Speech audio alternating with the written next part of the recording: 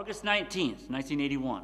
AB was Adam Beck, me. I was born.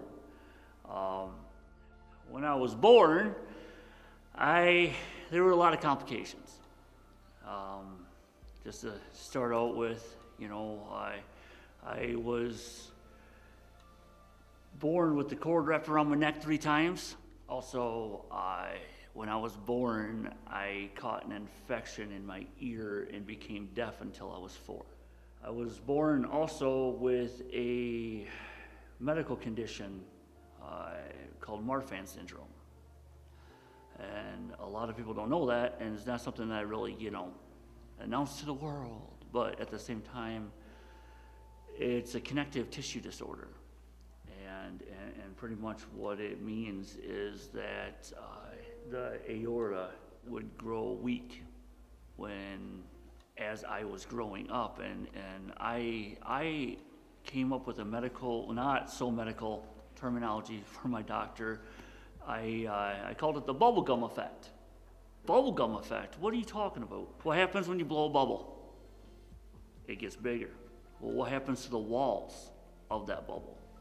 As they stretch, they get thinner and weaker. And then eventually what happens?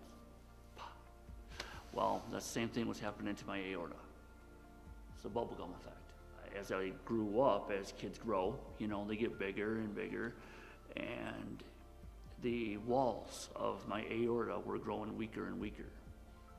The doctors didn't know when or where or what time, possibility my heart could just explode. And the aortic valve would explode off from my heart. And that's a bad day for anybody. Me, as a child, I was always active.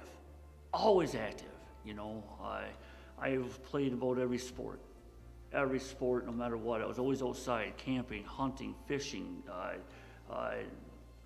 more fishing than anything, but swimming and playing sports, football, hockey. Till the doctor said, no, we don't want you playing hockey anymore. The heck, I was awesome. No, but didn't want me to play hockey anymore. Didn't want me to do anything. I've been told throughout my whole life by doctors and by a bunch of people that the only thing that I could ever do was sit on a couch and watch TV, and even that would be too strenuous on my heart. That's what my mom told me, that the doctors had sat her and my dad down, and they said, you have 2 choices in life. You can choose to sit back and bubble wrap your son and never let him experience life. Never let him go out and have adventures and go out and do what he would do best.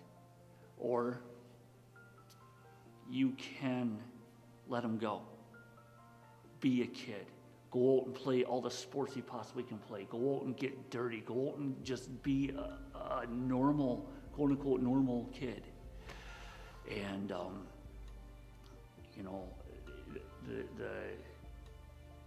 the options were there back in that time.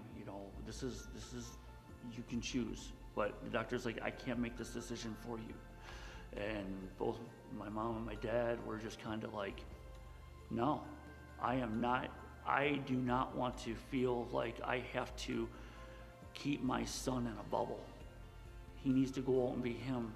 But the doctor warned that the one risk that they had was my heart could give out at any time. After pretty much everything that I have been through with my heart and being deaf and having doors slammed in my face, nonstop. It's interesting to think where medical and science stop. Even though God's always been there, God shows through all of the clouds, all of the darkness, all of the storms, all of the everything, and fills in not only the God of my gaps, he fills in the gaps of everything that's been missing, but he connects everything.